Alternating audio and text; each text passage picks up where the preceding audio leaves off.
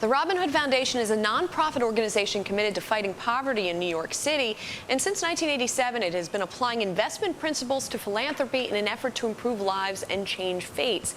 Robin Hood was able to raise a record $72 million last spring after seeing the total sink to $57.5 million last year.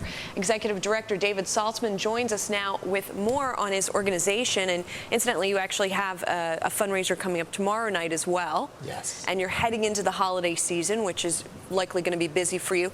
How busy, though, is it going to be? Because obviously people have a lot of demands on their pocketbooks these days. It's going to be incredibly busy. This is a really tough time for poor people in New York City and across the country. We may be out of recession, I'm not sure, but in New York City today, 1.9 million different people live in poverty. I just want to interrupt you for 1 second to say we're showing the invitation for your event tomorrow night. Great. So tomorrow night, about 1,000 people are going to come together to help feed hungry New Yorkers this holiday season. We've got a terrific partnership with Fresh Direct, an company that delivers food here in New York City. $50, you can feed a family of 8 a holiday meal. Everybody, come on down. But, you know, even though poverty is on the rise because of what's going on in the recession, what about donors, though? Aren't they more pinched as well? So many people have been hit hard by what's going on in the world. We've found that many people who have been hit hard are reaching deeper than ever before to help those in need.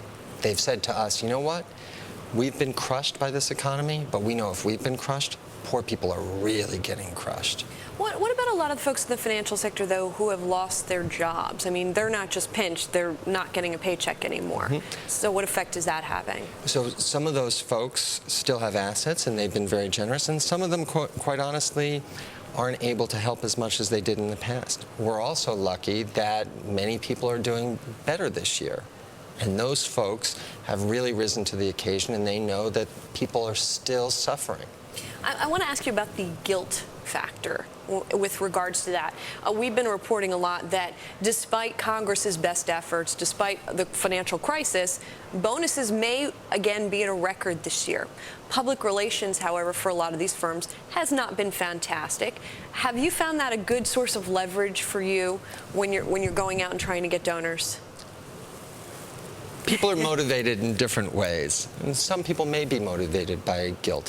What we've found is most people are motivated by the opportunity to actually effectively change lives, actually help people claw their way out of poverty. So guilt might work for some people, but I think most people find what Robin Hood has to offer, the application of smart investment principles to charitable giving, to be an appealing way to help. I'm just curious, your process here. You know, how often are you going out and talking to hedge fund managers, and how many people actually say no to you? What's sort of the percentage? So we're out speaking to people every day, trying to form partnerships, asking people to help save lives, and we're very lucky in that more often than not, people are saying, yes, I'd like to help. That said, there are other people who have focused their philanthropy elsewhere, and they're making all sorts of wonderful things happen through that philanthropy.